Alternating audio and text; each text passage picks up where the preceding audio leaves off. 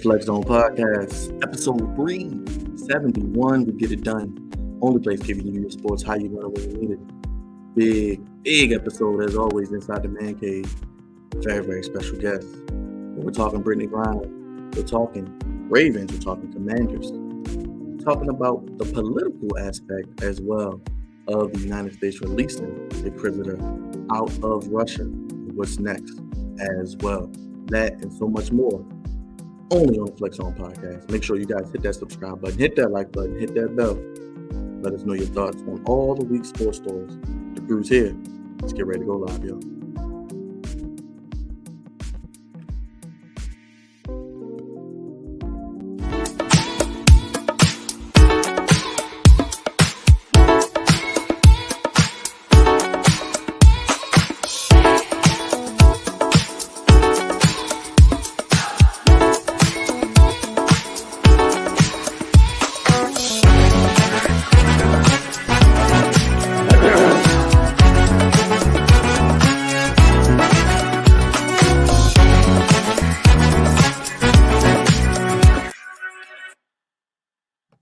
That's right, full of controversy, much like the good brother Derek Jackson and his IG models. It's the Flex Zone Podcast, only place fellas give me sports how you want it. When you need it. Hey, through the alley-oop Crevonte, I just had to dunk it home. Episode 371, getting it done. Appreciate you guys being with us here, as always, inside the man cave, the flexzone1@gmail.com, flexzone1 on Twitter, Instagram, and the Flex Zone Podcast on. That is good TikTok, which hopefully isn't banned on your cellular your device, right, Raj? Government devices. Ban it. Make sure you guys hit that subscribe button, hit that like button, hit that bell. Lots of content on the channel. And our brother, Big Raj, our social media producer, is going to tell you all about it. What's up, Raj? What's going on, Byron?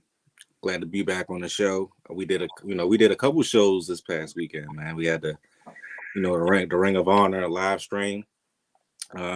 Good time watching wrestling. We did a Ravens post-game show for the Ravens and Steelers and had another great conversation. I appreciate everybody in the chat.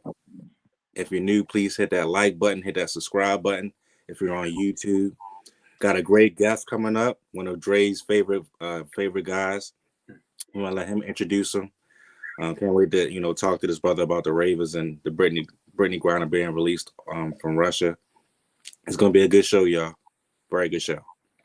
This next man, he keeps it goofy, and he calls it out as well. It's the captain of the goofy ship, the Commandalorian himself. It's a bye week, but he's still working hard. Crevonte, baby, what's going on, bro? Hey, man, listen, I think the best things can happen on a bye week. And I think two of them happened on this particular bye week. So it's crazy how you didn't play, but you moved up in the standings. We absolutely love it. But y'all already know how it is. Monday nights, let's get it going. We got a special guest. This show is probably not going to be like all the others, but I'm looking forward to it. Definitely. Next man needs no introduction. He is the head of the Flex Zone table, the Flex Zone Messiah, the professor. Start your day with a cup of Dre each and every day on WEA. Pride of the East Side, Savior, Misbehavior. Some say he's a political strategist as well, and maybe he should run for mayor. Drizzy Dre, what's going on, my brother? Hey, what's going on? What's going on, family? Hey, look. Hey, Crevonte, if Ghost could do it, I can do it. Oh, wow. He said that like he meant it. He said that like he meant it.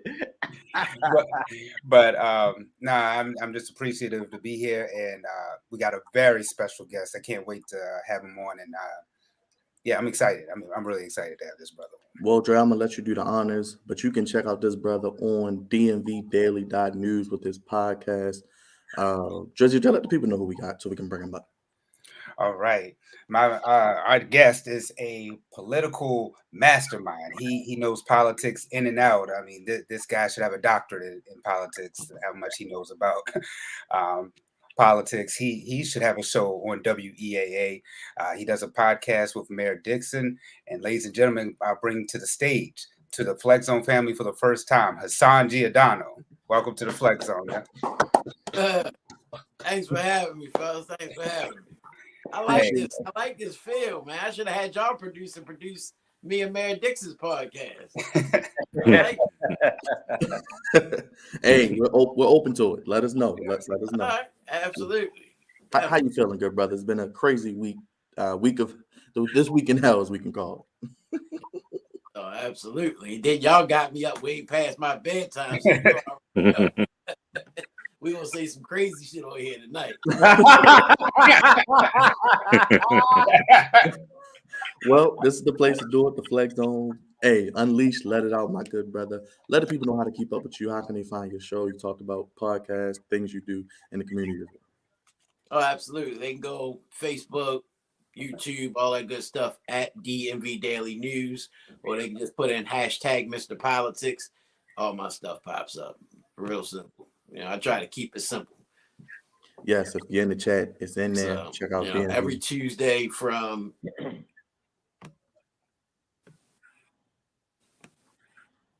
they got to him. Russian and got to him. Damn. He was like. He was about to tell him. There he is. Oh, woo. We thought the man had got to you.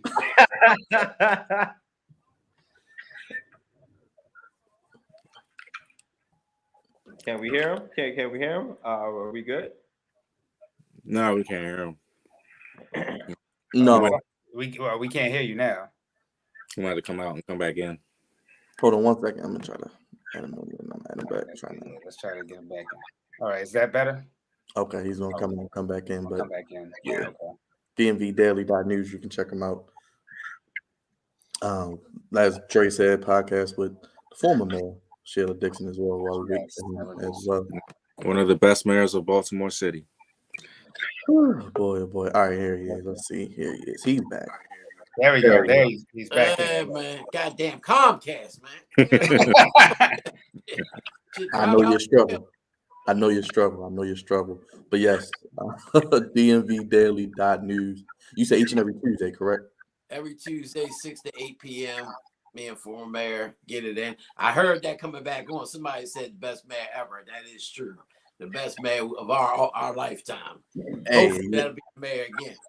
That's one thing we all can agree on, no matter what side of the line you stand on, in my opinion. We'll get to that because I do want to ask you some things about that. But I want to start with why we got you on. I think the biggest news this past week, Brittney Griner was released from Russian prison after 10 months of being in captivity, but she was traded for Russia's arms dealer, Victor Bout.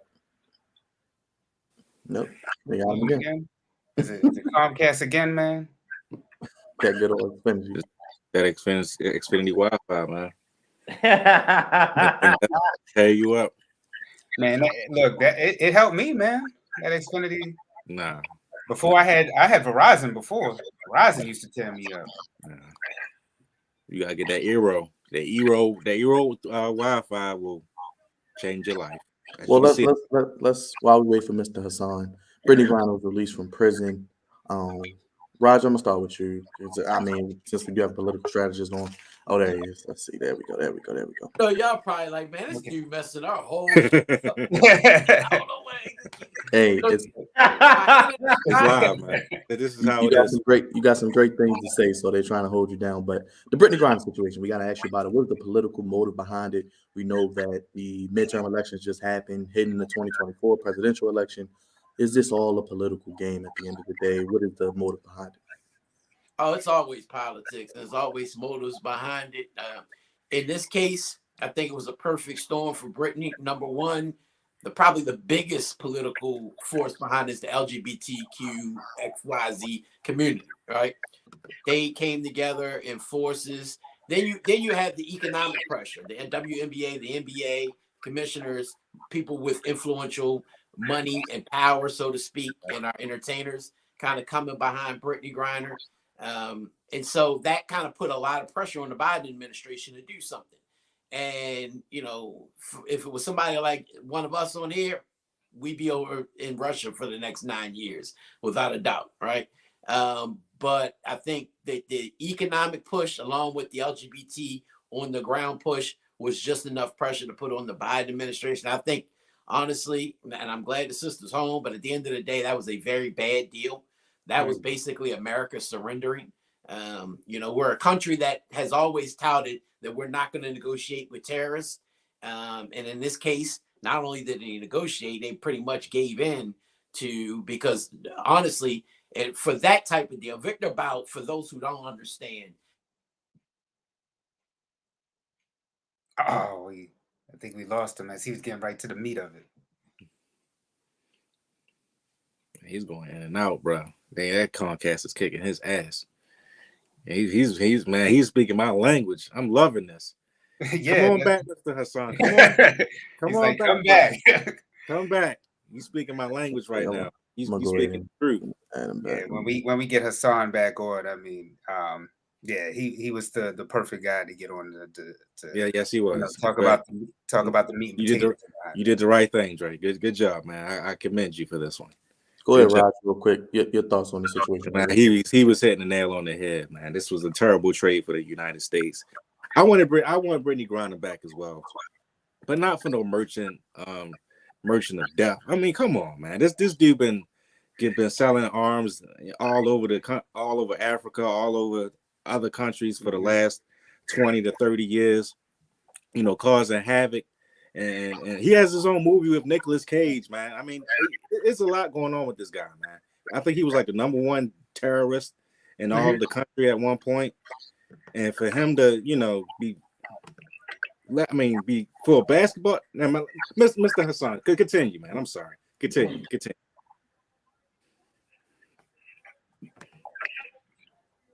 you hear us? You can hear us, but we can't hear you right now, though.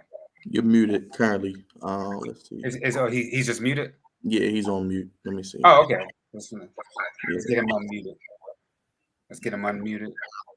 No, we can't hear you. He's unmuted.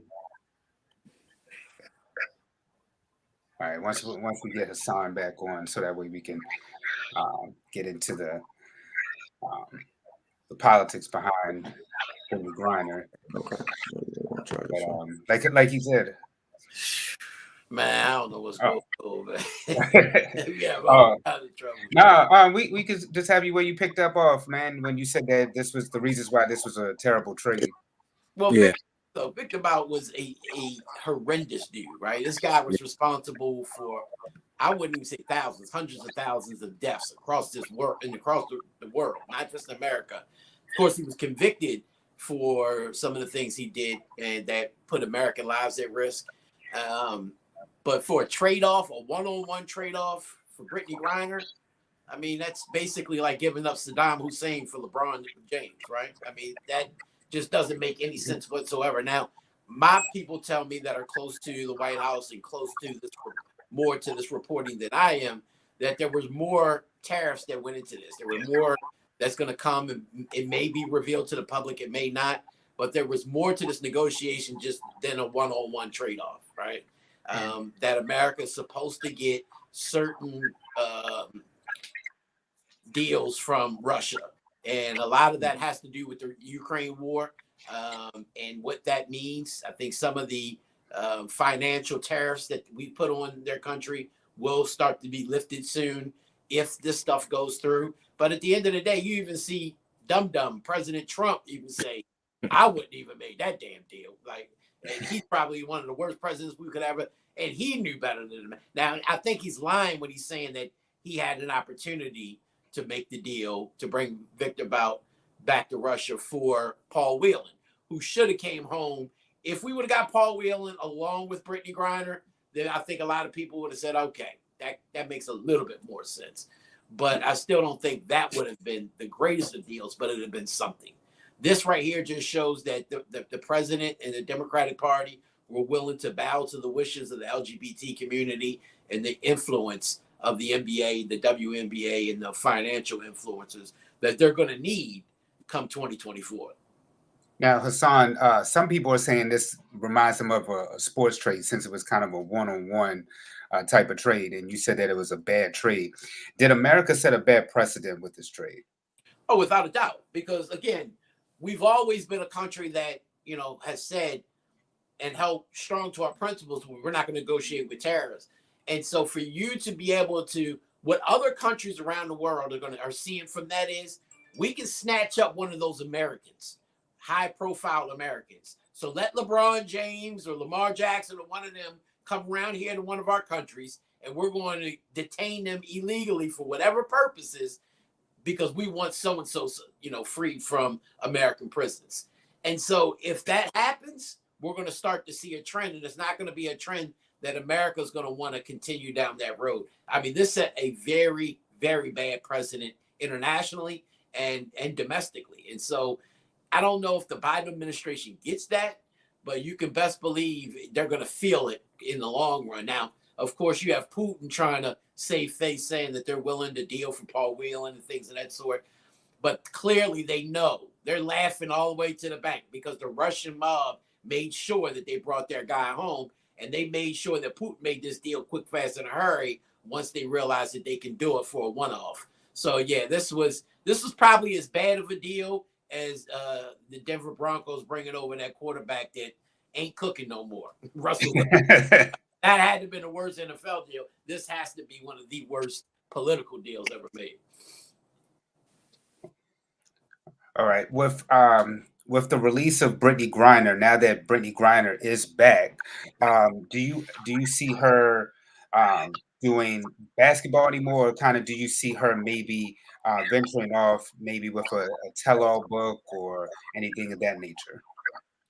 I don't think basketball is going to be the first thing on her mind anytime soon. I'd be very surprised if she really gets back into that. I think she's going to probably take some time, obviously, for herself and her family to kind of get, because look, let me tell you something. Anybody who's been in jail, now I've never been in a foreign prison. They say that's 1,000 times worse than American prison. But, it takes a toll on your mental, right? As well as your physical and things of that sort. So that's not something you just come home with and just jump right back into how things work, right? So she's been through a very traumatic ordeal. So I'm sure it's going to take her some time to get herself together. But I can best believe, I think she's definitely going to profit from this one way, shape, or form. Probably do a book. I'm sure they're going to do a documentary. Netflix is probably already offering her millions of dollars to do a Netflix series. You know what I mean? So, in this day and age especially. So, I think she's definitely going to, 10 months that she spent in Russian jail? Oh, she can best believe that's going to set her for the rest of her life. I got a quick question for you. Do you think that she'll be paraded around Joe Biden's camp for re-election, either him or the vice president, or if she decides to take Joe Biden's place in case he doesn't run? Do you think she'll be like the spokesperson for the Democratic Party? What? Man, they want commercials, billboards. Hey, look what we did. I mean, you remember when President Obama won, and their big thing was when they were running for office, we saved GM and we killed, what's his name, that was responsible for 9/11.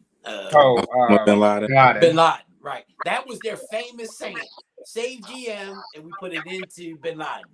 And so you can best believe they're going to be running around, hey, look what we did. Especially, again, people don't realize this. The entertainment industry, Hollywood, WNBA, NBA, they raise a ton of money for these political clubs on both sides of the aisle, but especially Democrats on this particular LGBT community. Man, they're going to be raising a ton. Like, I guarantee that was part of the conversations that were being had behind when they first was bringing this to the table. Is, hey, we need this. And I'm sure it was pushback from the White House, like, hey, we can't, we would look stupid if we did this. And I'm sure it was other conversations. Well, hey, guess what? We can raise you $100 million when you got to run for president in 2 years.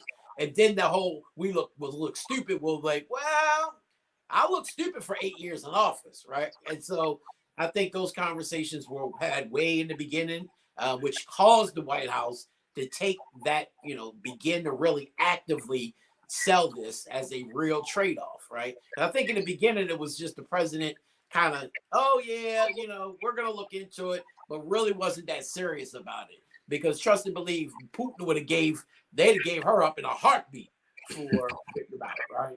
I think that the White House had to been convinced to do this, and so they were convinced by some of the backroom deals that we'll never know about in terms of fundraising. So yes, you can best believe you're going to see commercials about what they did for her. She'll be doing a whole lot of speaking tours. Now, the question is, how much is she willing to participate in it? I mean, I'm sure, the people who helped negotiate, get her home will say, hey, so you got to do some things. I'm trying to, but I'm interested to see how far she's willing to go for not only the president, but for the Democratic Party and establishment itself, including Kamala Harris. Because look, at the end of the day, Joe Biden is not an exciting presidential candidate, whether he runs or not. Kamala is the worst thing that could have ever happened to the Democratic Party if she runs. So, they don't have a very exciting bench for us to jump up and down and say, hey, that's our people come 2024. So, and be quite honest, as much as Joe isn't that exciting, they had a hell of a year. I mean, for a midterm election, you typically see the party in power after 2 years of being in the White House lose upwards of 20 to 30, if not more, House seats. And they barely lost a half a dozen, right? So they may be in the minority, but it's a very slim minority. And it was the first time in recent political history that the incoming party that's sitting in the White House didn't lose one U.S. Senate seat. They successfully defended every U.S. Senate seat that they were and flipped Pennsylvania to regain control of this U.S. Senate. I mean, this has to be the most successful midterm elections after a president just took the White House in history in our lifetimes, right? Going back to the 1930s. So, I mean, most people make a punchline and a joke out of him. They definitely did what they were supposed to do this time around. And I think a lot of that also had to do with President Trump and how disastrous he was and the candidates that he put his golden hand on, and they ended up being disastrous themselves. I think that had a lot to do with it as well, beyond just, the Democrats doing what they were supposed to do. But look, they did it. He was cooking. He was cooking. He was cooking, wasn't he? Yes, he was. He was cooking. So, sometimes that's how live is, though. It'll start. Oh, okay. I think we got him back on. Zon, do we have you back on? Yeah, we come can't. back. No, we Come can't. back. Come out. Come back in. We have him come back. Yeah. But he was cooking, though. He was cooking. But, no, we got him. Yeah, we just can't hear him. He's back. No, but this was, this was a conversation that was needed to be had about, Brittney Griner, and how sports and politics do, end up linking together. Because here on the Flex Zone, we have talked about Brittney Griner, at least, once every show we tried to say her name, and now she has finally been released. So we're not sure about her basketball future, whether or not she will continue to play in the WNBA. Maybe this is it for her. She did cut her hair, so who knows what the next one may be for. Maybe her name could be Brittney Bout now. And it can be Victor Griner. Since they're linked together forever. At least say Vicky Griner, man. This guy. Come on. I'm just making it funny, man. Look, I'm happy that she's back. All right. I'm glad that she's back in the United States. I did not want her to suffer in Russia. But it's just certain things, man, that rubs me the wrong way about how it was done. It grinds your gears. Literally, it grinds my gears. Exactly. But I'm not mad at. I mean, like I said, I wanted her back. It's just the way it was done was just. It's just I don't know. But glad that she's back. Hopefully, she makes an impact. Hopefully, she's very thankful for the country that represents her. That she's back here. Because I remember I heard a lot of things and seen a lot of things that she wasn't very pleased with being in the United States. But now that she's back, hopefully she can, adapt to being a United States citizen and be thankful for her country for getting her back safely. Good, Crevonte, your thoughts?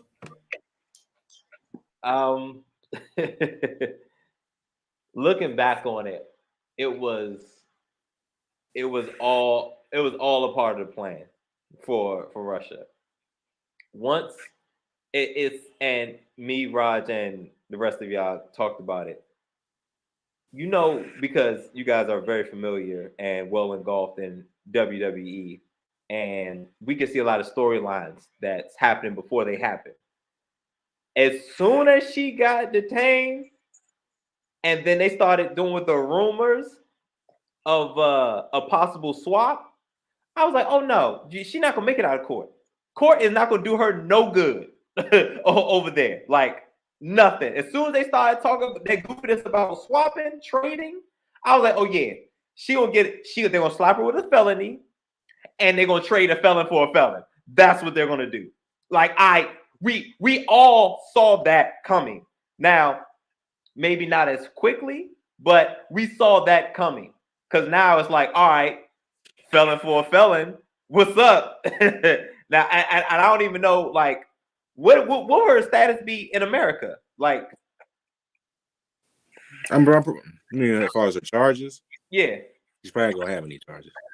Yeah, I mean, for her to be the star that she is in the WNBA, and the fact that when you look across America, how slowly the weed industry, the cannabis industry is growing, particularly on the East and West coasts, who would have probably just, if she maybe a slap on the wrist, or they would have just everything. Not even that. They're not. I mean, she was charged in Russia. She wasn't charged in the United States.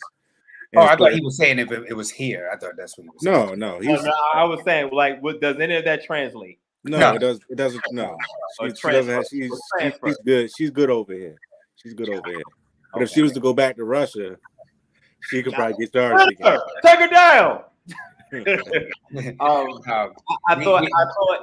I thought it was very interesting how quickly this, she was almost like a prisoner of war in a very, very weird sense, and how quickly this turned to political, to sports and entertainment. It all literally wrapped up into one, and it was disgusting.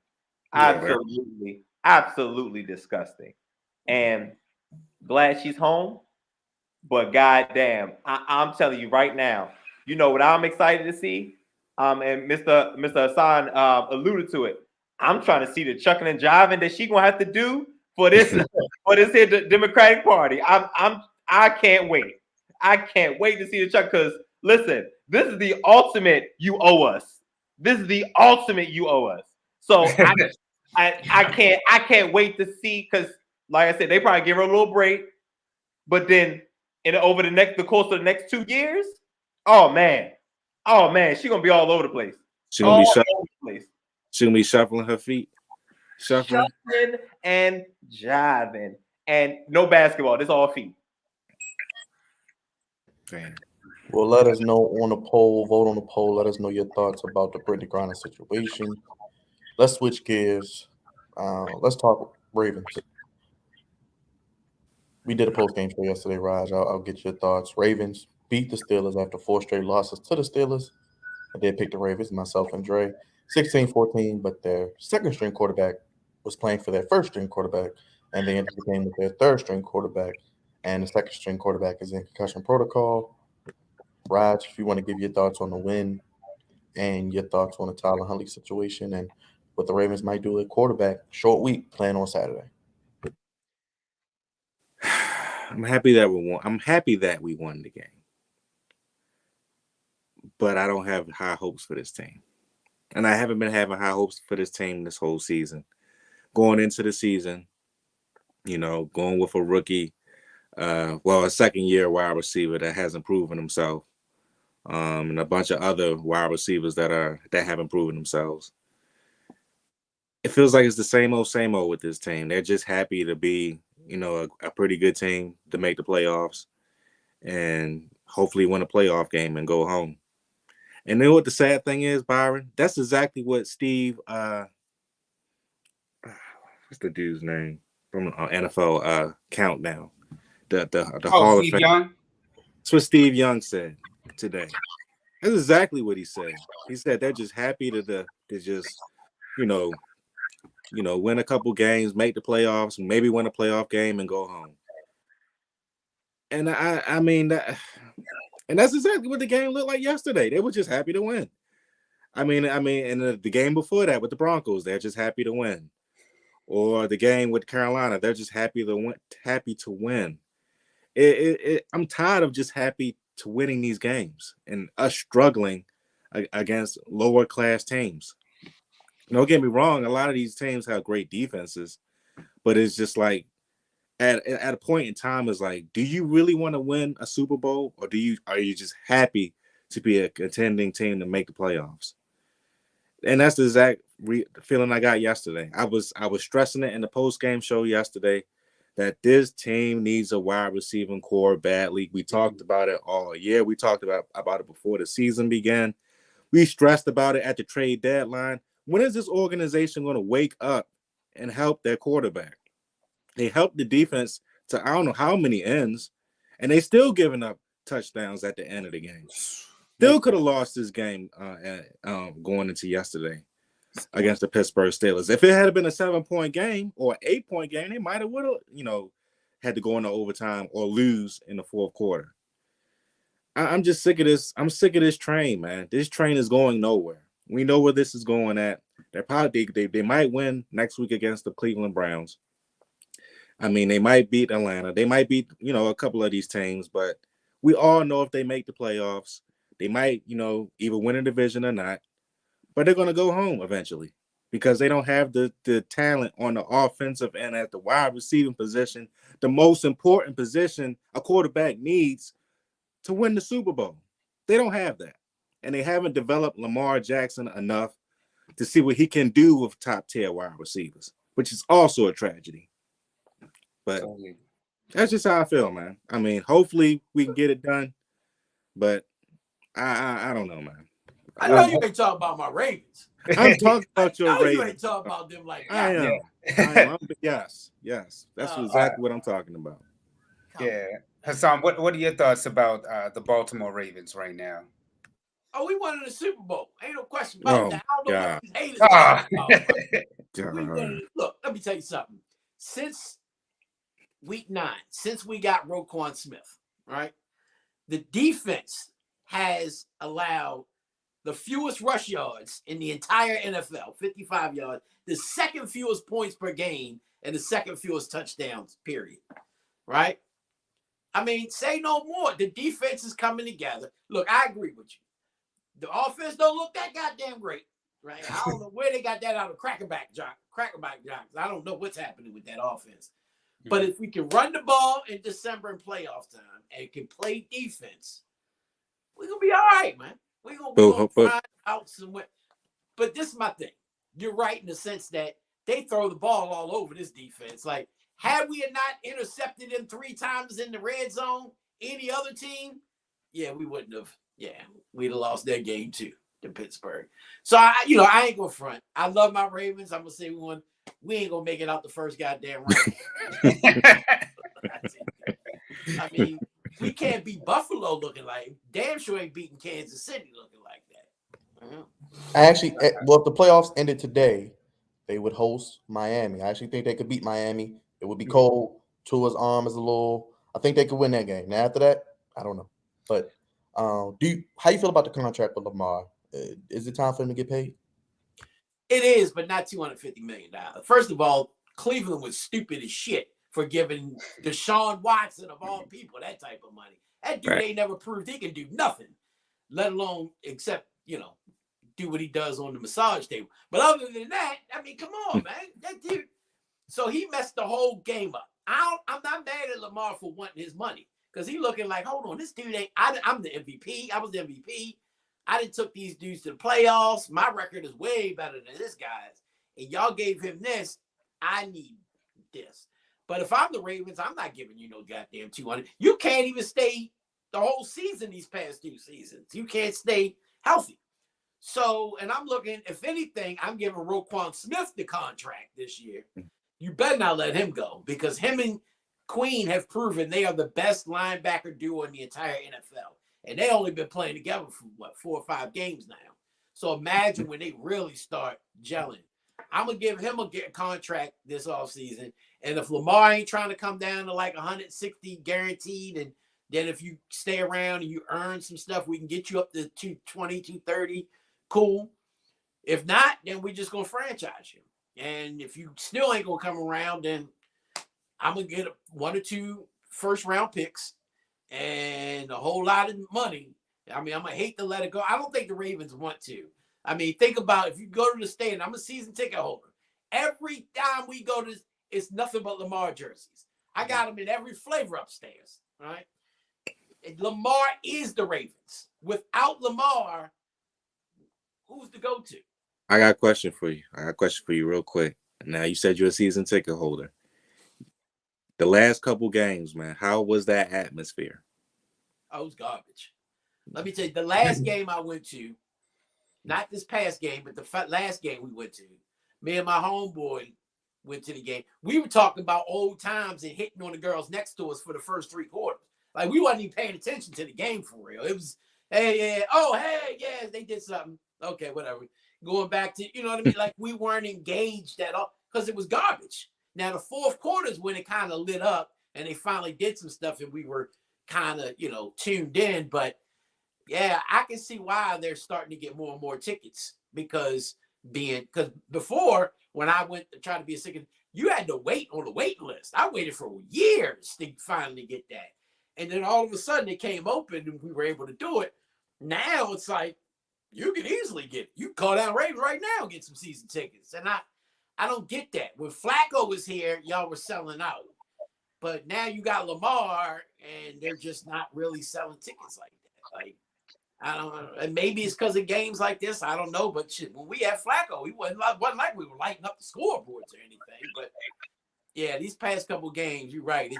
What the energy was. Now, but see, on the flip side, last year, we came back from the Colts, and like that, man, I was so mad because I let my son talk me into leaving. Before all that is over, I don't never leave.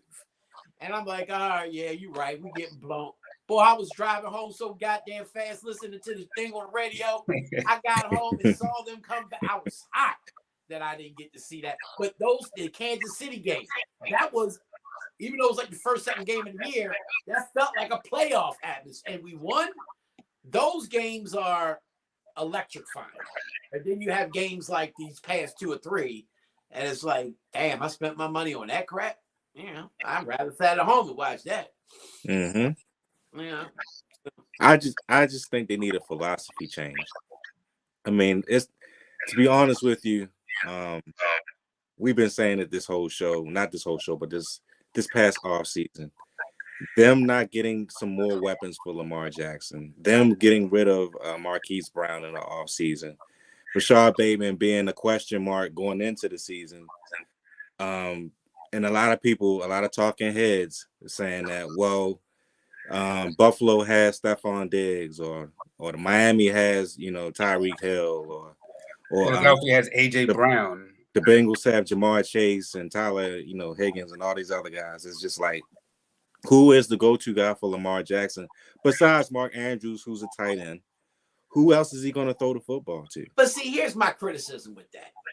Buffalo didn't always have Stephon Diggs. AJ Brown just got sent to Philadelphia. Like, these teams were questionable too until they got that person, right? It wasn't like we weren't trying. We drafted wide receivers in the first round. They were just busts, including the one who just got hurt, right? Bates ain't that great of a, he ain't a number 1 if you ask me. He's a number 2 at best when he's healthy. But Marquise Brown is not a number 1. I'm being honest with you. Look, he stayed hurt half this season. The boy gets the ball and he runs, he gets down before he don't try to run. He don't want to get hit. That's not a number 1 to me. A Hopkins, that's a number 1. Right? AJ Brown, those are number 1. Baltimore, that's our Achilles heel. We've never had a true number 1 wide receiver to really, but guess what? We won a Super Bowl without a true number 1 wide receiver. 2. Right. I mean, both of them we really didn't have. I mean, look, Anquan Bolden, not number 1, but a good number 2. Hey, no, hold up. Wait a minute. We're not going to disrespect Anquan Bolden. No, he wasn't Anquan, I love him, but he wasn't no true number. Let's be honest. Not here. He wasn't. In Arizona, he was a number 1. Yeah, he was number 2, man. Oh, he was number 1. Look, Larry Fitzgerald. Look at I'm telling you. Go back and look at the numbers. He was a number 1 wide receiver. I think they were both number 1s. They were both bona fide number one. Yeah, In during Arizona. Taylor. In Arizona. He was still a number one. Our offense is just trash. That's all. Yeah. No, but when we got him, he was on his way downhill, right? He was And then we 30-something traded years old. him to San Francisco, and he went off. And he became a number one again. Exactly. It was the offense. That's what we do, man. Strategy. We have guys, and then we don't know what to do when we're in Baltimore. And then we You got the can't- best you can't wide develop receiver receivers. coaches in the game. We can't develop receivers. But we got the best damn tight ends you can think about, though. Look, They got Todd 6 of Heap, them. I mean, Dennis Pitta. We know how to develop tight ends. Todd Heap. I mean, we do have a history of tight ends. You're right. Shannon Sharp. Yeah, running backs, you know. What was the boy name that took us to the Super Bowl with that whole catch and dip? He still live in Baltimore. Ray Rice. No, the wide receiver. Jacoby Jones. No, the other one. Quadri is Oh, Torrey Torrey Smith. Torrey Oh, Smith. Torrey Smith. You know, he was okay. That was about it. You know, but you know they're gonna get it right. You gotta think if we can get the way they got a Roquan, because we're not gonna be able to develop clearly out of college, probably a wide receiver. We're gonna have to buy one. We have to trade for one. You might have to use a first round pick for one. Right. I don't mind that, especially somebody like AJ or something. Give up that first round for him because they're proven. Right? I ain't worried about some college kid coming out and you got to worry waiting years for him. I want somebody proven, and then we'll see. But, you know, you can't talk about how bad Lamar is in throwing because when he has some weapons around him, the boy can throw. Now, he's the most accurate of people. I give you that. But he can throw when the time's there. You know, I don't know. I think when we get it, we're going to get it. Now, do you think that the Ravens will surround him with pieces, or do you think the contract? Which one do you think is going to come first? Well, that's my thing. Is I'm like this, Lamar. I understand you want your money, I get that. But if you get all the money you want, we can't get you people with pieces to fit around you. We ain't got no more money left. So we can give you this, and we can give you 2 or 3 receivers that may be able to help you, or we can give you all of what you want, and you ain't gonna have shit. So I think Lamar's going to have to do some soul searching too. Do you really want to win a Super Bowl, and to what expense? How much are you willing to give up if the team guarantee? I ain't saying, oh, down the line we're going to give you this. All right, show me right now that you're going to go out and get an A.J. Brown type of receiver, and I'll take that cut and do it for $180 million as opposed to $240 or whatever he wants. But you know, I think both of them have to show and prove something. You know, give up a little for a little. Do you think we're right on the cusp of winning a Super Bowl? No, I don't know that. I mean, realistically, anybody can win a Super Bowl at any given time, right? Cincinnati should have never got there last year. They came out of nowhere and they got there and they got their ass whipped, rightfully so. But look, we've seen it. Baltimore, that year was special. You know, Ray said it's my last year and all that, but nobody would have picked Baltimore to go to the Super Bowl that year. It just happened, right? Games go your way, things happen. You know, the Denver, you know, miracle down there. Like if none of that happens, we don't go to the Super Bowl. So any team, that's why any team wants to just get there, because they know if we can get there, you can talk, the talking heads can say all they want. All we need is a couple things to go our way, and we're in the Super Bowl. You know, so I think we're there. It's not the ideal team, right? We can pick apart the wide receivers, the defense, lackluster in the secondary. Peters needs to go, if you ask me. Yeah, he's outlived his usefulness. I don't even know what he's still doing on the field, to tell you the truth. Marlon Humphrey, he show up every now and again. I like Marlon. He does it, but they tore him apart this past Sunday. You know, I mean, you can't do but so much. So, you know, we have the tools. And I think that's why you see the Roquans and them want to be in Baltimore, because they know we have a good system. We have a good organization that knows how to build it out. We just a little bit away from it. I agree with him. We ain't there yet. We gotta go all in for our quarterback. It's either now or never. Because it's just like we're on a cusp every year. We're a good team, We win games. We make the playoffs most of the time, but they got to do a little bit more. They just got to do a little bit more. Well, let me ask y'all: are we giving up Lamar for Tyler Huntley to lead the Ravens, and we get wide receivers around? I'm saying, Hell no, we're not giving up Lamar. I don't want Lamar going anywhere. I want him to stay here. I just want to see what he can do with a true number one wide receiver and another offensive coordinator. Yeah, because they got to get rid of Greg Roman. yes, Hey man, listen. yes, That not having a quarterback is rough. It's a cold world when you ain't got your guy at quarterback, because you spend your whole time, pretty much your whole lives, looking for him, and once you get him, man, you better hold on to him, because life after is trash. Ask Sean Payton. Oh, that's right. You're a Commanders. What are you, a Commanders fan? Yeah, so you How you know feel about about the Dan Snyder situation? How you feel about the Dan Snyder situation, real quick, Hassan? The Bears, Niner. What happened? The commander situation. How you feel about Dan Snyder? Oh, Dan Snyder. Yeah, that freak needs to go. I'm sorry. I don't know why he's still anywhere close to that league. Like, they have proven documents that shows that he's shown enough Not only did he sexually, that is what it is. Guys are guys. I mean, I'm not condoning it, but people got to understand, when you come from an old school, this whole new politically correct, you can only say this and all that, and people get offended by it. When you come up in a generation like that, it's hard for them to change their ways, right? Mm-hmm. But what he did and what I saw, some of the stuff that, like, he was targeting the commissioner, having him follow. Like, this dude is, like, he's a detriment to the NFL. Point blank, bottom line, it's his team. I don't know what they're going to do, but I don't think he's going to be around too longer to have a team. I don't know if that helps the Commanders any. I don't know if that's going to change their team all. But I'm going to tell you something. They don't look bad right now. Like, they're not as bad as I thought they would have been in the beginning of the year.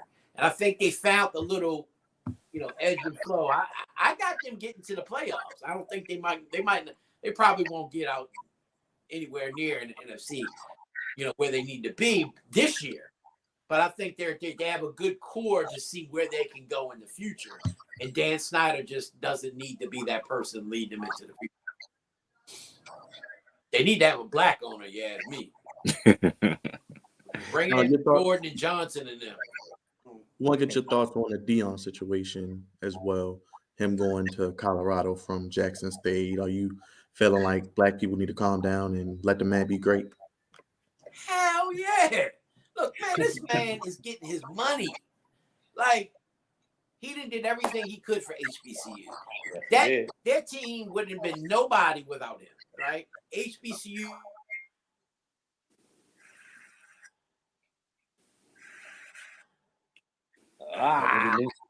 Did we lose him again? Because he was cooking again, man.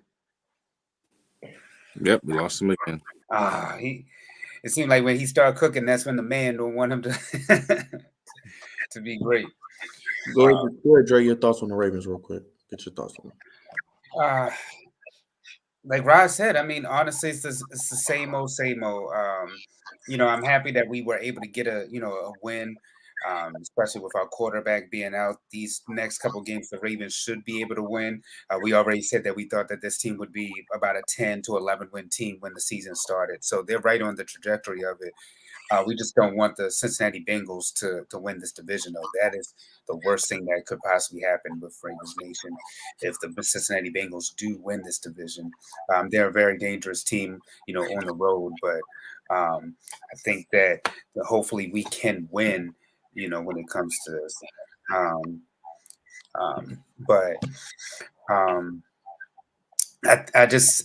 It was kind of alarming yesterday, the fact that yesterday and the week before, the fact that we barely beat the Broncos, the fact that we barely beat, Pittsburgh, even though it's a divisional game. You understand that those are harder than the other games, but this team has a lot of it's the same issues we talked about in the beginning of the season. They're still carrying on, and we were hoping that these things would be fixed, but The Ravens can, like you said, if the playoffs were to happen today, they can beat some of these teams, but some teams like Cincinnati in the playoffs, Buffalo, Kansas City, they're going to be harder to take down than, of course, a Miami, or whatever teams are in the AFC. But those three teams, we're going to have to go through them in order to make that Super Bowl push. And right now, those little things that we would hope would have been fixed in the offseason or in the midseason, they just haven't done those. So, yes, while the defense is going to look a lot better, and we could use some work on the secondary and, of course, still getting that pass rush in there.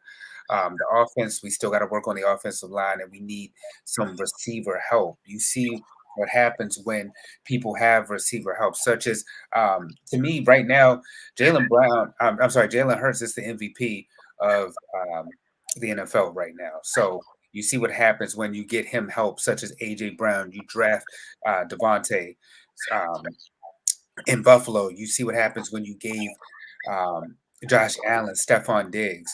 You see right there, even in Kansas City, though they lost Tyreek Hill, they're still putting in people right there, offensive pieces. And the same thing in Miami right now with Tua. You see what happens, the fact that he's got Waddle, and then you got Hill. So this is changing into an offensive league. So yes, you need defense, but at the same time, you need offense because, Crevonte, remember the AFC Championship game when we saw, the divisional round of the AFC last year when we were watching it with Buffalo and Kansas City, being able to get these quick, you need to be able to get these quick touchdowns. And Baltimore, we don't have that. We have to strategically go down the field with our quarterback. Our quarterback can't throw it to himself and run at the same time.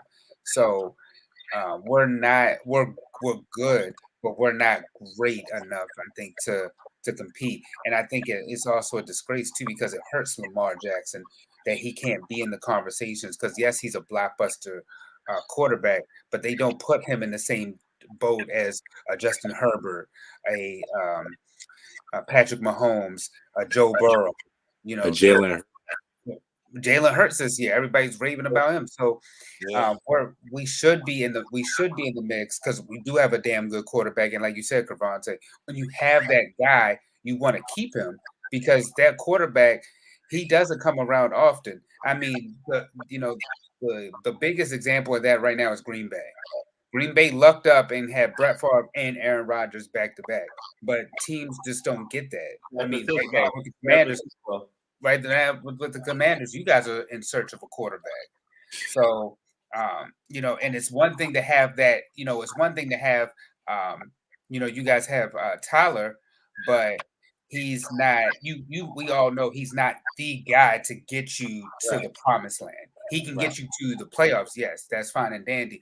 But who's going to be that quarterback to get you over the hump? The Ravens' issue is we have the guy, but we don't have the pieces around to get him to where he wants to go. All right, let's go to the Commanders real quick, Crevonte. I want to get your thoughts. I know you guys had a bye week, but this is a must-win this week for you guys. I think the loser of this game is eliminated. Commanders, Giants, tied last time. How are you feeling, my brother? And is this a must-win? I feel good. I think like I was saying earlier, two very important things happened during the bye week. The Seahawks lost and the Giants lost. The Eagles really put a whooping on the Giants. I thought us having this bye sandwich with the two pieces of bread being the New York Giants, I thought was great for us because we get to play them and then take a break while they still got to play. I think the Giants are coming crashing down back to earth, and it is getting really, really ugly over there. I think this is the perfect time to catch the Giants, and I agree. This is probably for that final playoff spot. And this also is for me and you me and Byron's prediction of 10 wins. That's still very much alive, but we need this one because it's a gauntlet for the Commanders on the back end of the season. I mean, we got the Browns, the Cowboys, and the 49ers on out. Those are our final 3 games. So we need to pick up these wins, especially these divisional wins, when we can. But I do feel good about it. Well rested. I'm expecting, for real this time, I'm expecting to see Chase Young. So that should bolster the defense a little bit. He should have all the energy in the world, and I like how it's going moving forward. Yes, they got the Giants, as I mentioned. I think the loser of the game is eliminated. That NFC playoff picture is pretty wide open, though, Crevonte. You got the Lions in the mix. The Seahawks still around. Carolina, they went out. They win the NFC South. Right. They have a very important matchup against the Buccaneers, I think, in a couple weeks. That may be for the division. Mess around before the division. Because as bad as Tampa Bay looks, everybody in that division is still in it, pretty much. Yeah, Tampa Bay got whooped yesterday. We'll get to that in a second. But let me get you guys' let's go through the scores and we'll do game ball, not so game ball. Thursday, Baker Mayfield leads the Rams over the Raiders 17-16. Lions beat the Vikings 34-23. Ravens over the Steelers 16-14. Bengals over the Browns 23-10. T. Higgins, Tyler Boyd both got hurt, and Trey Hendrickson broke his wrist. So I guess good news for the Ravens. Bills 20-12 over the Jets. Mike White getting knocked around, but he came back. Cowboys slide by the Texans 27-23. Eagles just scored again, beat the Giants 48-22. Jaguars over the Titans 36-22. Trevor Lawrence looked amazing. Chiefs barely beat the Broncos 34-28. Russell Wilson knocked out. Panthers over the Seahawks 30-24. Brock Purdy keeps winning. First quarterback to beat Tom Brady in his first career start, 35-7 over the Buccaneers. I saw this one. I called it. Chargers over the Dolphins 23-17. And I think Kyler Murray, bad injury. I was hearing about it. I didn't see it yet. 27-13. They trailed the Patriots currently on Monday Night Football. So Arizona's just blow everything up. And it's looking like his ACL. It's looking like his ACL. I think I won. I think I picked the Patriots to win. I picked the Cardinals. Dummy. I think I picked the Patriots. Go ahead, Brian. Get your game ball, not so game ball, bro. Well, my game ball stands from yesterday. I picked J.K. Dobbins. I'm sticking with J.K. Dobbins. Good comeback game for him. I wasn't sure how he was going to look throughout the season, or if he was going to play again after having to get surgery for a second time on his knee to clean up some things. But he's looking pretty good, man. I'm very happy from what I saw from him. He got to get back in shape, like he said, and hopefully he continues to stay healthy. So he gets my game ball, had 120 yards on the ground and a touchdown, and helped the Ravens steal that victory against the Pittsburgh Steelers. My not so game ball has to go to I guess Tua and the Miami Dolphins. I thought they was gonna win yesterday. I picked the Dolphins to win, and they starting to I guess get wore down. They're usually a pretty good team. With my favorite wide receiver Tyreek Hill going crazy. Although he had a couple of good plays yesterday, he's starting to wear down now, and it's starting to take a toll on this team. And it's December, so it's getting colder, and usually the Miami Dolphins don't do very well in cold weather. Although it wasn't cold yesterday, I'm just saying in general, it's going. I feel like their season was going up, but now it's about to start coming down just a tad bit. But they get two of them boys get my national game ball, not only for losing, but just not looking like they did at the beginning of the season. It looks like they're going the other way. Look, this is the time of season when you find out the Baylors from the Ballers. So right now, the Dolphins are proven to be bailers, because like you said, they're on the downhill. Let me give a I know this is a football related, but let me give an honorary game ball to my New York Yankees for securing Aaron Rodgers. Aaron Judge. So shout out to them. What's your thoughts on that, Bray? I was going to ask you about that, but since you brought it up, go ahead, give your thoughts on your Yankees, man. You've been saying for 10 years they're going to win the World Series.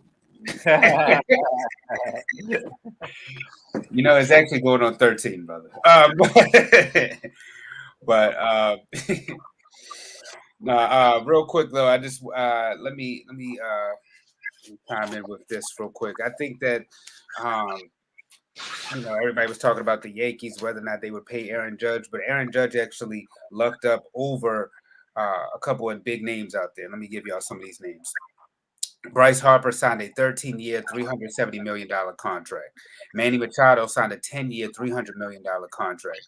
Aaron Judge signed a $360 million deal over 9 years.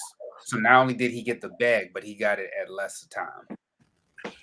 The Padres apparently, Dre, rumor were offering him $400 million, by the way.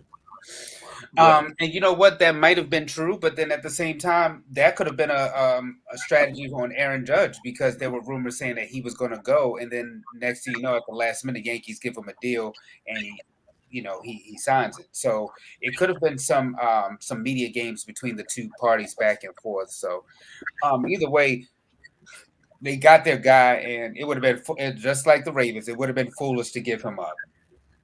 New York is the biggest media market out there. The Yankees, just like the Yankees of Major League Baseball, are like what the Dallas Cowboys are to football. So, you need those staple organizations. So you have your guy, secure him, and then surround him with the surrounding pieces in order to give him what he needs. For as football, my not so game ball. I want to give to the Minnesota Vikings. How that was such a disappointing game to lose to Detroit. And I know y'all saw the big man out there. Like he just it's always good seeing the big fella out there. Hey man, hey Byron, one of the top offensive linemen that draft as well. He got some hands too. So I haven't, you don't see that since I think the Refrigerator Perry days. You don't really see old linemen out there like that. Oh well, Warren Sapp, but that was on the defensive side though. So that was in the open field. Usually we see that in the red zone. That was in the open field. And who was stopping him? But that just so disappointing, because we talked about Minnesota. And we talked about the trajectory of teams. We were talking about Minnesota being like the number 2 team outside of Philadelphia. Philadelphia ran through them, annihilated them, and overrated. And now you see again, like I said, the Baylors from the Ballers right now. They're doing good, but are they really going to go anywhere? No, we already know. We see it right now. So it started off with that Dallas game. Once Dallas blew them out, we already saw like, hey, this is the end for them. So they get my not so game ball, and then my game ball has to go to Baker Mayfield. We've talked about him on this show numerous times. This is Darius's guy, and we plan to bring Darius's back on the flex zone soon. But shout out to Baker Mayfield. I know Crevonte, we're not the biggest Baker Mayfield guy. We on this show we've talked about things that Baker Mayfield could do better. But I mean, honestly speaking, got to give your hats off to the guy to be there for just 2 days and learn the playbook that quickly, and to be able to come back and win the football game. Hats off to him, and hats off to Sean McVay, and of course the Rams. Because in order to do that on the primetime television, they're doing some things. The Rams still need a lot of work, but at the end of the day, Baker was able to secure the win for them. So hats off to him. Real quick, Crevonte, before you start low and high, Jameson Williams is back. First catch a touchdown, Crevonte. So Well, the Lions got well, draft picks on top of fair. draft picks. Yes. Go ahead, It's Crevonte. safe to say they hit on that draft pick. Yep. Man, so many to go around. I was gonna give my original game ball. I mean, not so game ball to a team that won, but instead, Tampa Bay Buccaneers look terrible. They look absolutely garbage. Like even the touchdown that they got was fluky. Like the 49ers, and we get it. The 49ers have the absolute number one defense. Everything statistical except for sacks because the Cowboys have the most sacks, and I believe they have the most percentage and pressures. But number one against the run, number one in general, and number one against scoring defense is all the 49ers. But god damn it, Tom Brady and them boys look terrible. Like really, really bad. Like I'm thinking Tampa Bay's on my no bet list at this point because my heavens, and I thought I would never say that to a Tom Brady led team, but they just don't have it, and it's messed up because somehow, some way, Todd Bowles is going to get the blame for this. But my game ball, wow, I had a couple places to go with my game ball. I'm gonna give it to Trevor Lawrence and the Jacksonville Jaguars and Dougie P and all them, man. The way that game started, it looked like it was gonna be oh boy, here comes the Tennessee Titans running through the AFC South again. And then all of a sudden, Jacksonville Jaguars exploded, and Tennessee looked like a deer in headlights. Looks like they're feeling some of the aftermath after firing their GM. But the Titans look really bad, and the Jaguars look really good. And again, the Titans usually own the division, not on this Sunday. Yeah. Jaguars. I mean, since they played the Ravens, I know they laid a stink against Detroit. Trevor Lawrence has shown people he's still going to be someone you're going to have to concern yourself with moving forward. Before we get to the picks, I wanted to bring up college football because I didn't want to skip over it. Heisman Trophy, Crevonte, Maryland native, Bowie's own, PG County representative, Gonzaga High School alumni, now USC quarterback. Actually had offers from Maryland. Don't remind me about that. He could have went to Maryland, but he didn't. Caleb Williams wins the Heisman. I think we all kind of saw this coming. Probably the number one pick next year, most likely. Crevonte, how you feeling about that, brother? I feel absolutely amazing. Again, I'm I'm conflicted because I had a future bet on CJ Stroud winning the Heisman, but he had such a bad last game that it kicked him out. You can't have a bad game against Michigan in the game and your last game of your campaign. But I try to tell folks Caleb Williams is it, and he did the right thing. Follow Lincoln Riley. Lincoln Riley will lead you to the Heisman and to the league. He has 3 guys under him that have two won the Heisman. I mean, 3 won the Heisman, and the first 2 were first round overall picks. And Baker Mayfield and Kyler Murray. And now add Caleb Williams to his 3rd person. And he's probably going to be number 1 overall pick next year. So, and he's a native guy. He went to Gonzaga High School. I was telling you guys about him before he chose to where he was going. Texas, I believe Texas and Oklahoma were the top 2 teams on his list. And I was like, he's going to Oklahoma. Because why not? Lincoln Riley does that. Lincoln Riley puts his quarterback in the best position to win the greatest award you can win, being a college football player, and then propels them into the league. It happens. So I'm very proud of the brother, the first guy from our area to win the Heisman. So big ups for that. I'm so mad I didn't. I was thinking about it at the beginning of the year when it was at like plus 800, and I should have pulled the trigger on it. But a lot of things had to happen his way. The brother from Tennessee got hurt.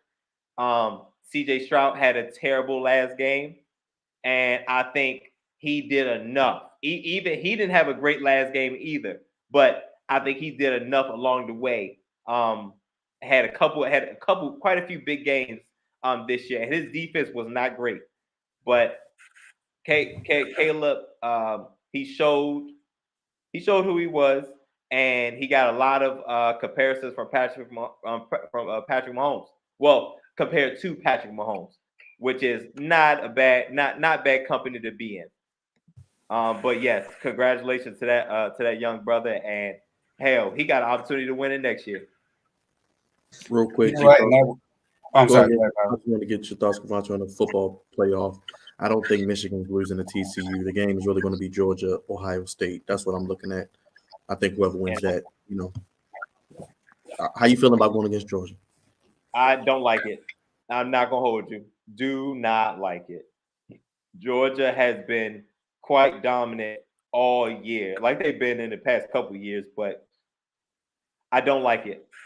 That defense, run game, it is scary. They pretty much, they've been number one for most of the year, and they've proven why. Georgia is very, very scary. I would not be surprised that if they run it back like they end up being back-to-back champions, because I don't think Ohio State nor Michigan got nothing for them.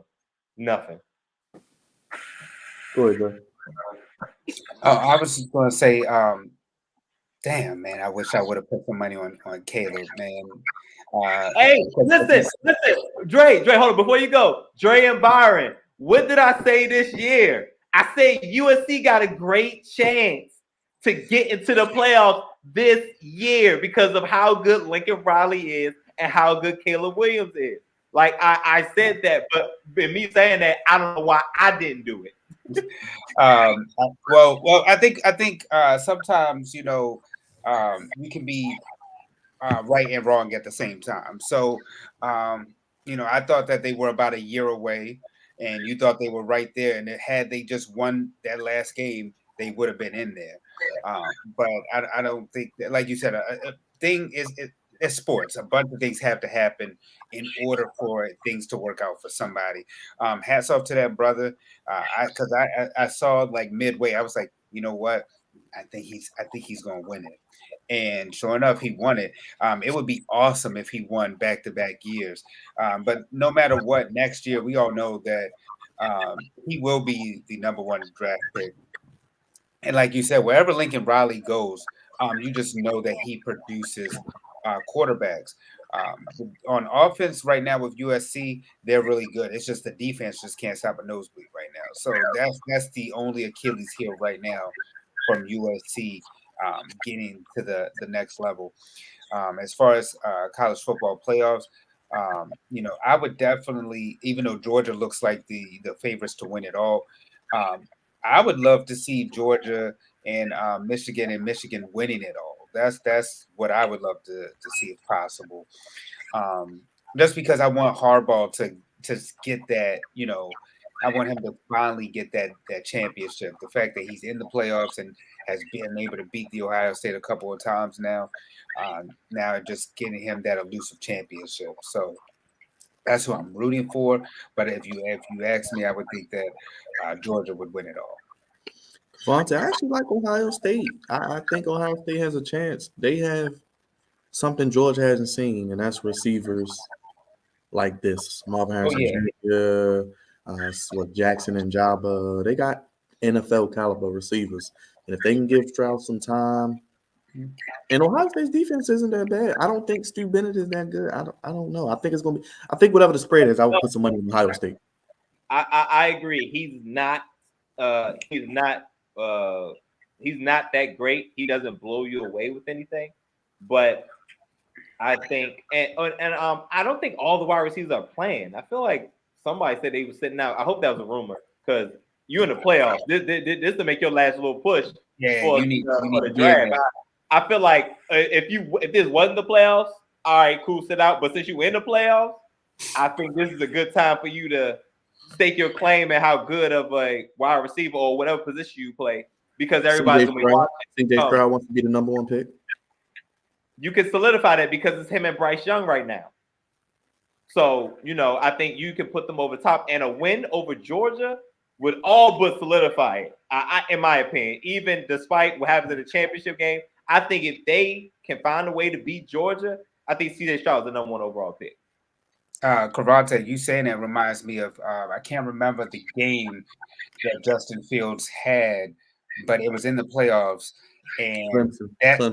it was the Clemson game, and that solidified him to be where he was drafted at, because everybody was like, Justin Fields needs to go number 1. I remember emphatically people saying that, because when he won that game in the manner in which he did, and he almost won the national championship, so you're right, those playoff games particularly, they do matter. So I'm curious, and Byron, I do agree with you as well.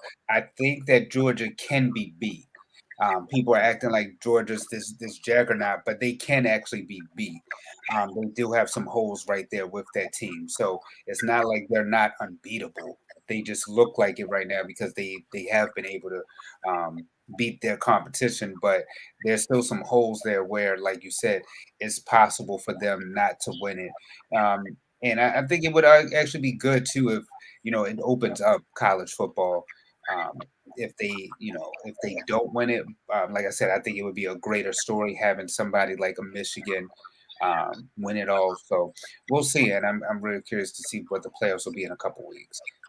Yeah, we'll go more in depth with the 2 games in the next 2 weeks as the games on New Year's Eve. So something to look forward to there as well. Dre, you got the pick standings for this past week, heading into week 15. Yes, sir. That was a 27-13 final, by the way. Kyler Murray out with injury. All right, I so think this that's past done he's done for the year, man. so this past week, not looking too good. I mean, me and Byron came in first with 7-5, and Unc and Crevonte, y'all were 5-6 this past week. So I'm sorry, 5-7 this past week. So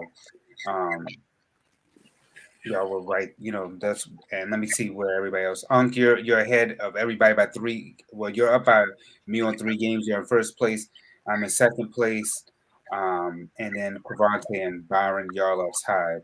So that's where the overall standings are. But Roger, you're only 3 games ahead of me and 5 games ahead of Crevonte and Byron. So it's still close. Still close. It's getting tight. Week 15. Let's start Thursday. 49ers at Seahawks. Whew. Man, them 49ers on a roll, baby. Man, I think it's between got them. my game called. Young boy. I think it's between them and the Eagles. The top, they the 2 tops of the NFC, man. And the Seahawks, they hit a little speed bump, but I think the 49ers are the better team. I'm gonna roll with them. Yeah, I'm gonna say the 49ers as well. I'm gonna roll with the 49ers. They're just like the Ravens. They can run the ball, play great defense, but they have some good offensive schemes to get receivers open. Debo did get hurt, but they're saying he could be back by the playoffs. But you got Christian McCaffrey and others. So give me the 49ers as well. Saturday. I saw a Brandon Ayuk sighting. Yeah, they should be able to get past the Seahawks. Saturday, we got a triple hitter. It starts with Colts Vikings. Mark, where you at? But I'm going with the Vikings. They're at home. I don't like that game, man. I ain't gonna hold you. I don't like that game. I'm going with the Vikings. Me too.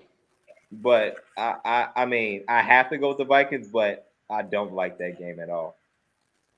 Jeff Saturday? No, it's really Jeff Saturday this time. Yeah, he's Jeff Saturday. Yep. He might win it. He might win this game, but I'm gonna roll with the Vikings. I think everybody's rolling with the Vikings on this by default. Yeah. Default. Yeah, 4:30. We got Ravens Browns. I'll just go down the schedule.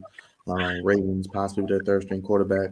I've thought about it. I picked the Ravens every game except one. I'm gonna just pick them again because I don't think Deshaun Watson is gonna do anything against our defense. Deshaun Watson he got so late in it. I think he won't make some noise until next year, honestly speaking. But I think everybody knew that the Browns, this was going to be a dub for them. Ravens should win this game. It's a divisional game right now. The Ravens are 3-0 in the division. I think if they can get to 4 or 5 wins in the division, then they'll be fine winning it and then secure it. So I'm gonna roll with the Ravens in a must-win. I don't feel confident in the Ravens, but I don't feel confident in the Browns either. So my default pick will be the Ravens. I gotta make up some ground. I'm gonna go with the Browns right here. I don't know who the quarterback is gonna be for the Ravens, and I like Miles. Miles Garrett's been a little quiet lately, so He's gonna continue to be quiet, man. He ain't gonna. Hey, Crevonte, if it's the dude with the do rag on, I mean, you might get that one, but who knows? Who knows? Who knows? Yeah, I don't know. To Dre's point, if the Ravens can get to 4-0 in the division, I think they would only really need one more win to solidify a playoff spot because they would have 10 wins. And honestly, I said to Roger in the post game yesterday, if they can just go 1-1 in their next two, Atlanta and Cleveland, and if you take both, you're in. You get 1-1, you get to 10 wins. So I think they'll be fine. And take your time, Lamar. If you guys sit out the rest of the season, sit out the rest of the season. Well, Byron, if they do win these next two games, like you said, it's Cleveland and then Atlanta, correct? At home. If they can win those next two, I don't think Lamar needs to come back until the playoffs. Whether than that, and I mean, it would help if they had the number one seed to get the bye. But I think that if they can secure these next two wins, then like you said, we don't need to rush Lamar back because at that point it's like, all right, they secured that third seed basically. Hold on, let me. I would sit them if they win Saturday. I'm sitting them against Atlanta and giving them another week either way. Now, let me just say this to inside the square circle with King Judah. Look, bruh, I love the Ravens, man. I know you love the Ravens as well, but Tennessee is more than one-dimensional. They can beat you running, they can beat you throwing, they can beat you in a whole lot of ways. So I'm not going to dismiss the Cincinnati Bengals. They're the class of this division right now. Right now, not only the class of the division, honestly, some people are making the argument they're the best team in all of football. Now, I'm not willing to go there. The hottest. They're definitely the hottest for sure. And look what happened last year. They got Super Bowl. Yep. They got a tough. Almost the same time. They got a tough schedule. They lost their best pass rusher, broke his wrist. Higgins and Boyd are both banged up. So we'll see how good they are in the next couple of weeks. They got to play Buffalo and some other teams as well. But the Ravens might have lucked up beating them earlier, and now Cincinnati having some injuries. I think the Ravens, it's lined up for the Ravens to win this division, even though they aren't blowing the world away offensively. But we shall see. Then Saturday night, Dolphins, Bills, 8:00. I'm going with the Bills as well. Bills. The Dolphins need to slide. Yes, Bills as well. Eagles, Bears, Sunday, 1:00. Eagles. Yeah, the Eagles. Fly, Eagles, fly. Lions, Jets. That should be an interesting one. Ooh. I'm going with the Lions. I'm going to go with the Lions. I'm going with the Lions, too. Mike White got his ass whipped on Sunday. No, but even though he got an ass whipping, he took it. I'm saying that because I don't think he's going to be right for this next game. And because I think the Lions are going to bust some kneecaps out there. So, but I think the Jets, and you relate this message to Q, the Jets have their franchise quarterback. And who? Mike White. Nah, I don't think so. Nah, White Mike. Everybody going with the Lions. He's tougher than a $2 steak, but I don't think everybody going with the Lions. Everybody going with the Lions? Yeah, I'm going with the Lions. Give me the Jets. The Lions about the line. Give me the Jets. Fair enough. It's a must win for the Jets too. The Jets want to make the playoffs. They got to win this game. Give me the Jets. Give me the Jets. Their defense is damn good. It is. Mike White is. I think he's good. Who's the quarterback? Jared Goff. Jared Goff's been playing way too good as of late. You know what that means? He's gonna come back to earth one of these weeks. But who's the Jets quarterback for this week? I like them if they can run the ball. The Lions have a terrible defense. They can't run the ball though. Well, they got a Zonovan Knight is okay. They can run the ball. The Lions have a terrible defense, even though Aiden Hutchinson had another sack. Give me the Jets. I'll go against you guys. Steelers, Panthers. Oh gosh. Steelers. I don't know. I think I like the Panthers.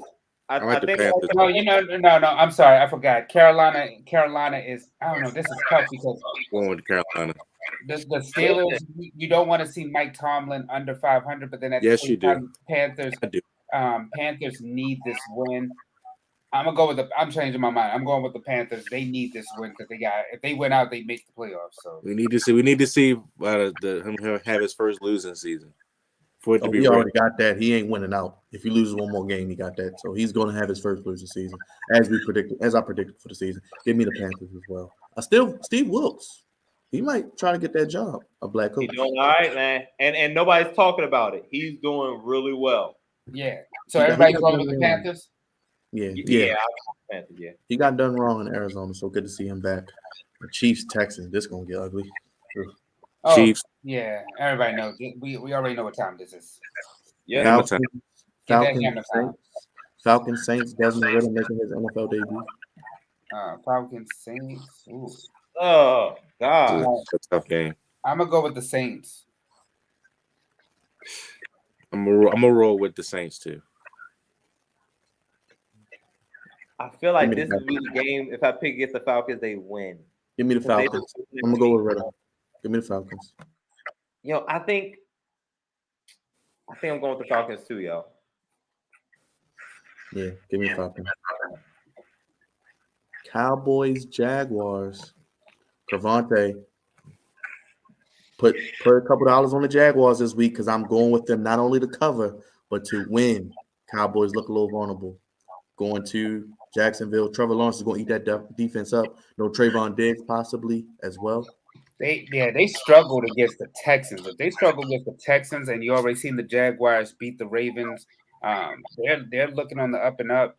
So Byron, I think I'm gonna roll with you, and I think I'm gonna pick the Jaguars. I'm rolling with the Jaguars too. I mean, Fabio is playing out of his mind right now. So God damn. I was thinking about picking the Jaguars, but now with the rest of y'all going with them, god damn. But I don't want to pick the Cowboys. Sheesh. We them boys. Yuck, Jaguars. I had that shirt on today. We them boys. And it's in Jacksonville, so I feel a lot better about it. Cardinals, Broncos, 2 backups will be playing. No Russell Wilson, probably, and no Kyler Murray, looks like as well. Right. They probably happy that Russell ain't playing right now. Oh man. Give me the Broncos. Who's the backup for? It don't matter. He's a better option. I'm going with the Broncos. I'm gonna roll with the Broncos too. It's in Denver. So two dead men head coaches walking. Yes. with good receiving cores. Yeah, I think I'm rocking the Broncos because they're at home. Hey, let's ride. Patriots, Raiders. Josh McDaniels against his former team. I'm sorry, everybody rolling with the Broncos? Yes. Okay. Patriots, Raiders. Josh McDaniels against his former team. Going with the Patriots. I'm going with the Raiders. I'm gonna go with the Raiders as well. Give me the Patriots. Oh, give me the Raiders. Give me the Raiders. Give me the Raiders. Give me the Raiders. Give me the Raiders. Titans, Chargers. Give me the Chargers. I told y'all the Chargers are going to make the playoffs. They're still alive. They won last night. I picked them. I agree. Chargers. Justin Herbert had a coming out party, y'all. They're getting healthy. They're getting their receivers. They're good. You said Titans, Chargers? Yeah. Give me the Chargers. What about you, I hate. Oh man, I really want Brandon Staley to be gone this year, and they need to lose a game like this. But I can't pick Tennessee on the road. All right, I'm going Chargers reluctantly. Bengals, Buccaneers. Oh, the Bengals.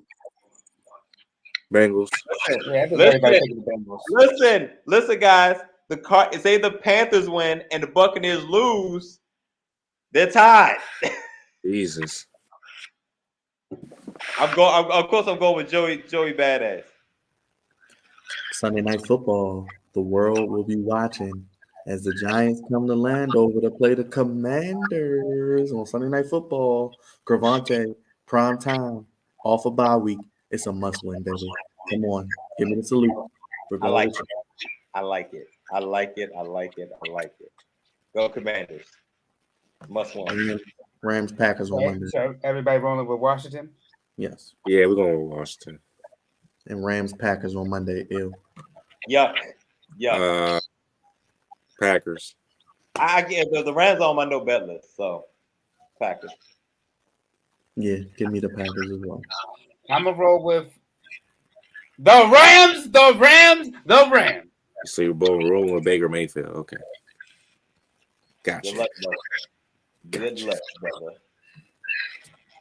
All right, those are our picks for Week 15, and now it's time to pick out the goofiness for Crevonte's Goofies of the week.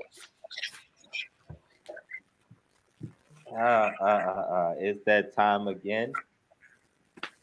For the sake What was of that? for the sake of time, I'm gonna keep it to one. But first things first. Welcome to Goofies of the Week, sponsored by the Flex Zone. Appreciate you guys for giving me a little bit of time. So let me tell the good people what I thought was goofy this week. I ain't gonna hold y'all. My goofy. Gosh, something wrong here. You know what? Side note, for those of y'all good people that watch Atlanta, the goof that sat by the door was a very, very entertaining episode, and I loved it. So all my Atlanta fans, please watch all of season 4. I want to say it was like episode 8, but yeah, it was that. But so you telling me you're down with mockumentaries? I liked it. I know it was, it was a bit much, but I liked it, and that's my favorite movie. So but I thought I have 2 levels of goofiness. We have the low level green, jet green, and packer green, depending on how the week goes, and then we got high level goofy with Falcon red, Cardinal red right now. Low level goofies is usually funny. We usually laugh about it. We move on. High level goofies, we got to talk about it. We got to figure out what's going on. We got to come together and figure out why this is the way that it is.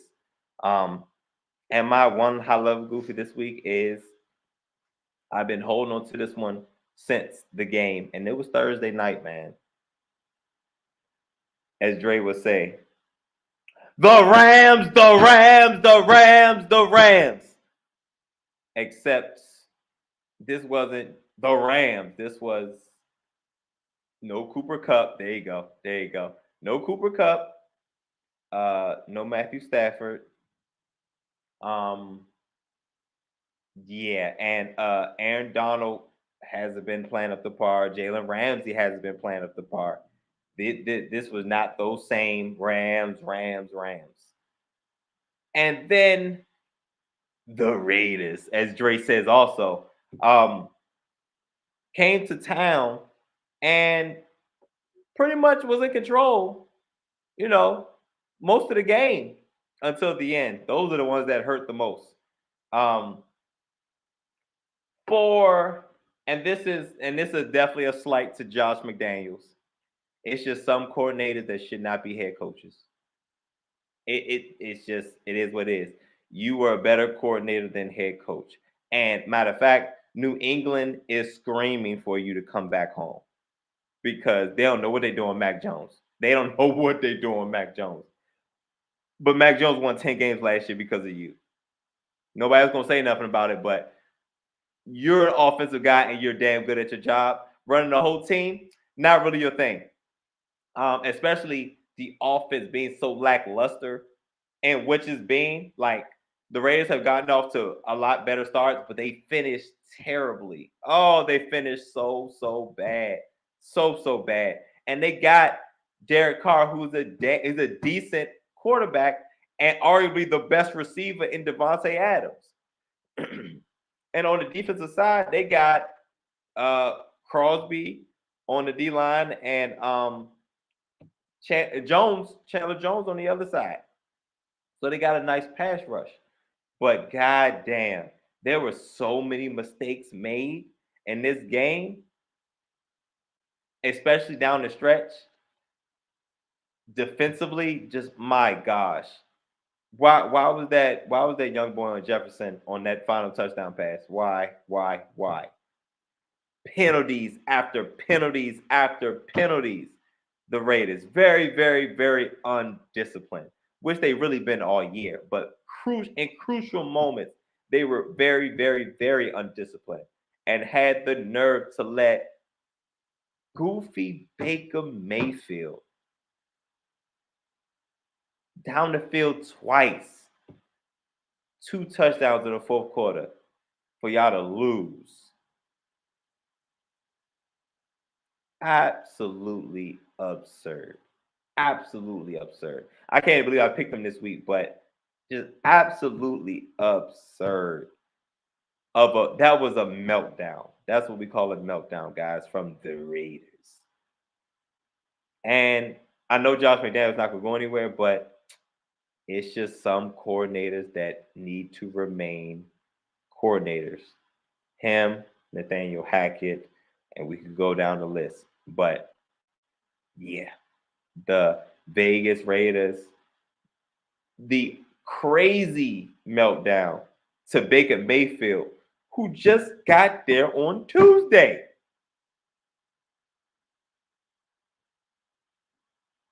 The ball get claimed off waivers on Tuesday. He ain't been with the team 48 hours, and he's playing on Thursday. And not only does he play, he wins the game. That should never happen. This boy don't even know everybody's name, let alone the plays. And y'all walked up in there and lost to that guy. And that put the nail in the Raiders' coffin because they were on a nice little winning streak and still very much in the hunt. But that devastating loss, I'm sure that took a hit mentally, but it also took a hit in the wrong column, the L column. Damn. Well, at least they won't be last, right? Whatever. Anyway, Josh McDaniels, Derek Carr. Derek Carr would just be another thing is goofy. Derek Carr be wanting to cry, yo. Derek Carr be up there about to cry. You understand me? Because he's just overwhelmed with all the bull mess that's going on. He just be wanting to cry. But you'd want to cry too. Hey man, listen. It's bad. It's all bad in Vegas. But anyway, so they are my goofies of the week. High level goofies. And y'all know my line. There's a thin line between goofy and great, and the Las Vegas Raiders on the wrong end of it. Yeah, y'all got to get it together. Probably not this year, but y'all got to get it together. The Raiders. Here. Thank you for that, Crevonte. That goofy of the week. Drizzy Dre, episode 372 next week. What can the people look forward to? Hey man, here on the Flex Zone, like they said, we give you sports how you want it when you need it. We had a great guest today, Hassan Giordano. So next week, you never know what's going on, man. Sports is unpredictable. We had a show planned differently, and then Brittney Griner got released. So you never know, but we're going to continue to do what we do here, give you sports how you want it when you need it with great discussion. Yes, again, check out Hassan on dnvdaily.news. Drizzy Dre, how can they start that day with a cup of Dre each and every day on WEAA with you? Hey, man, I'm on Good Morning Baltimore, 7 a.m. on WEAA. And of course, I'm here with my brothers Mondays at 10 p.m. right here on the Flex Zone podcast. And we also live stream, like you guys, wonderful job, gentlemen, with everything that you guys have done from Ring of Honor to the post-game show. So hats off to y'all as well. Hats off to a friend of the show this upcoming weekend. He will have a movie premiere, and it will be hosted by my brother, Crevonte. So hats off to you, Crevonte, for having that hosting gig. Proud of you, and I can't wait to see what else is in store for you, my man. Hold on, who you hosting again? Oh, Crevonte, let the people know because I don't know what's going on. So Omar has he left for Atlanta, and goddamn it, he got another movie. He got another movie out that he has directed and produced, and he's coming back to the DMV in Greenbelt specifically to have a movie premiere this Sunday, December 18th. And he's asked yours truly to be on the mic and do a little MC work. And I couldn't help but say yeah for my good brother and his success. And them early bird tickets are gone. Early bird tickets are gone. They sold out 2 times, and I think he might have put a couple more up there now, but every time he put more up, they sold out. They sold out. They sold out. So it's going to be a huge red carpet event. You know, all the taking lavish pictures. We'll get to meet the cast and, of course, show the movie and have a little Q&A afterwards. So, yeah, really excited. Will you make it home in time for the game? Yeah. Yo, man, I don't know, man. Sunday's pretty busy, man. But yeah, I don't know, bro. I don't know if you will. You may want to watch it locally somewhere. Because I think I'm gonna have to just watch the updates because I'll be there at 5, but the show starts at 7, so it'll probably be 9-ish by the time we get out of there. So I'm probably gonna miss a nice portion of the game. But you know, I'm gonna have my phone near me. Raj, well, Crevonte will keep an eye out for that. Maybe put some stuff on the channel for it. If we can get some video or some footage, maybe we can put something together to support the brother, put it on the channel, let the people know how to watch the movie. As the end of the year is coming near, Raj, what can the people expect on the channel? What they need to be doing if they're watching this right now? Hit that like, hit that subscribe button. Check out some of our other videos on the channel. We got AEW Dynamite Wednesday coming up. Preview for the Ravens and Browns game for Saturday coming up as well. Post-game show on Saturday night. It's probably going to be a barn burner of content coming. So stay tuned. Hit that like, hit that bell for notifications, and stay tuned, man, for more from the Flex Zone podcast. Yes, I was thinking today. Don't know how I'm going to have time to do it, but I'll figure it out as I always do. We're coming to the end of the year. Flex Zone family, I need input. If you got it, drop it in the chat. We watched a lot of wrestling this year. Pretty much every pay-per-view there was in a major company. And I'm going to do my top 10 matches. I want to rank my matches. I want to rank my moments of the year. We had Vince McMahon get fired. We had Sasha Banks walk out. We had CM Punk fiasco at the all-out media scrum. A lot of storylines in the world of wrestling this year. I want to do my top moments. And I want to rank, as I said, my top pay-per-views as well. So comment, let me know your thoughts on all of that stuff, what you want to see as we get to the end of the year. Got to have some content for the channel, but we'll be live. We'll be live like the rest of the Mondays, Dre, right? Because we got Christmas is on a Sunday. Are we going live that day? 26? We'll figure it out. TBD. We'll do something. We'll let you guys know. But Raj and I will most likely be live Christmas Eve after the Ravens Falcons. So content will be on the channel. Look for that stuff for the end of the year. But let me know your comments, concerns, your suggestions, matches of the year, breakout stars, storyline of the year. Listen up, goofies of the year. Yeah, Crevonte, we got to get a goofies of the year, maybe your top goofies of the year as well. Wrap up 2022 as the year is almost done. Like I said, with the holidays coming up, I don't know how I'm going to have time to do it, but we'll make a way as we do here on the Flex On podcast. Show is executive produced by Andre Melton, senior producer Crevonte Hurd, social media producer is Big Raj. If you haven't hit that subscribe button already, you can super chat, donate to the channel, flexon1@gmail.com. Ideas, guests want to be part of the show. TikTok, the Flex On Podcast, Twitter, Instagram, the Flex On One, Cash App, the Flex On One. Only place fellas giving you sports how you want it. When you need it. We're getting ready to get out of here, everybody. Thank y'all for joining us again. Big shout out to Hassan. Check him out on dmvdaily.news. We're going to definitely have to get him back real soon as we are heading into another presidential election in 2 years real soon. And got to talk about this whole governance situation in Maryland and this whole crime situation in Baltimore. So we'll get him back on as well as he does a podcast with former Mayor Shiela Dixon. I'm out of here. For Drake, for Crevonte, for Raj, for myself. You guys will see us this week. Probably, if not before Wednesday, definitely on Wednesday. Check out the video on Deion. Appreciate all the support and love on that video. And yeah, we're pushing out content to end out the year. Thank you guys for an amazing year. And we still got a lot more to go. And we out of here, y'all. Peace. Peace. Let's ride.